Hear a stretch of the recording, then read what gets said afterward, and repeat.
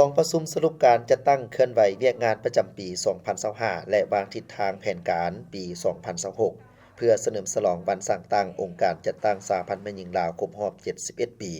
ของสหพันธ์แม่หญิงกระทรวงเทคโนโลยีและการสื่อสารได้จัดขึ้นในวันที่ 22 กรกฎาคม 2026 ที่บริษัทลาวโทรคมนาคมมหาชน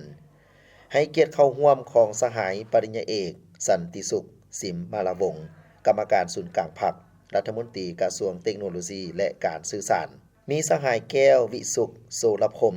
รองเลขาคณะบริหารงานพรรครองรัฐมนตรีผู้ชี้นำเวียกงานองค์การจัดตั้งมหาชนมีบรรดากรรมการคณะประจำพรรครองรัฐมนตรี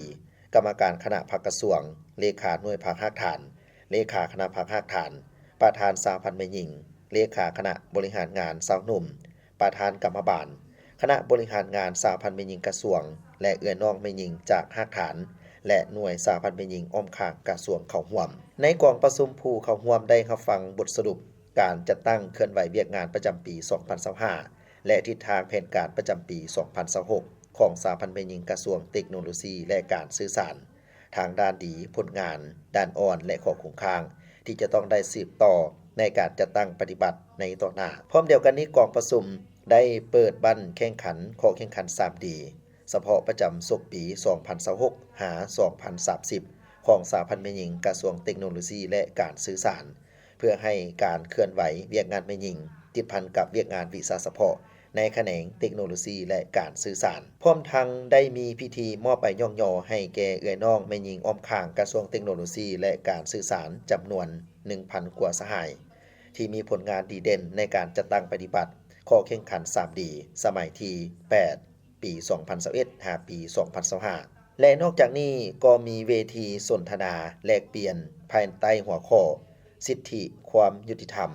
การลงมือปฏิบัติเพื่อแม่หญิงและเด็กหญิงทุกคนที่ได้เชิญเอาผู้ที่มีประสบการณ์และบทเรียนในการนำพาและชี้นำเวียกงานส่งเสริมความก้าวหน้าของแม่หญิงแม่และเด็กมาให้ความรู้และความเข้าใจในเวียกงานดังกล่าวในโอกาสนี้สหายปริญญาเอกสันติสุขสิมมาลาวงศ์ได้โอ้ลมและมีความเห็นต่อเวียกงานแม่หญิง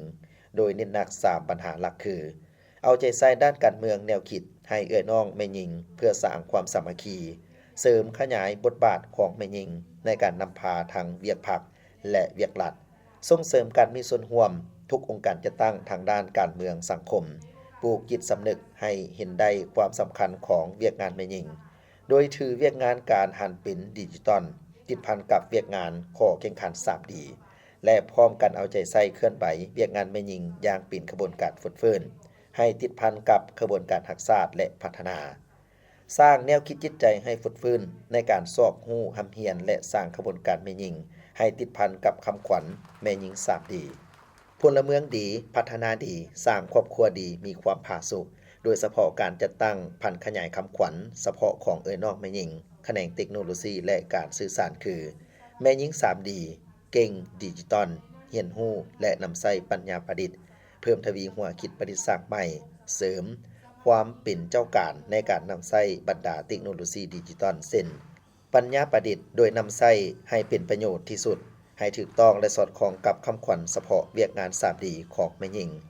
แขนงเทคโนโลยีและการสื่อสารเพื่อเป็นเข็มทิศและแนวทางในการปฏิบัติเวียกงานและการดำรงชีวิตประจำวันของเอื้อน้องแม่หญิงพร้อมทั้งนำใช้สื่อสังคมออนไลน์อย่างมีสติเป็นเจ้าการในการโฆษณาเผยแพร่ให้ทั่วสังคมอย่างกว้างขวางเอาใจใส่ในการสร้างเศรษฐกิจดิจิตอลเพื่อเป็นอีกช่องทางหนึ่งที่ช่วยสร้างรายได้เพิ่มให้แก่เอื้อน้องแม่หญิงในการสร้างความผาสุกและความอบอุ่นในครอบครัว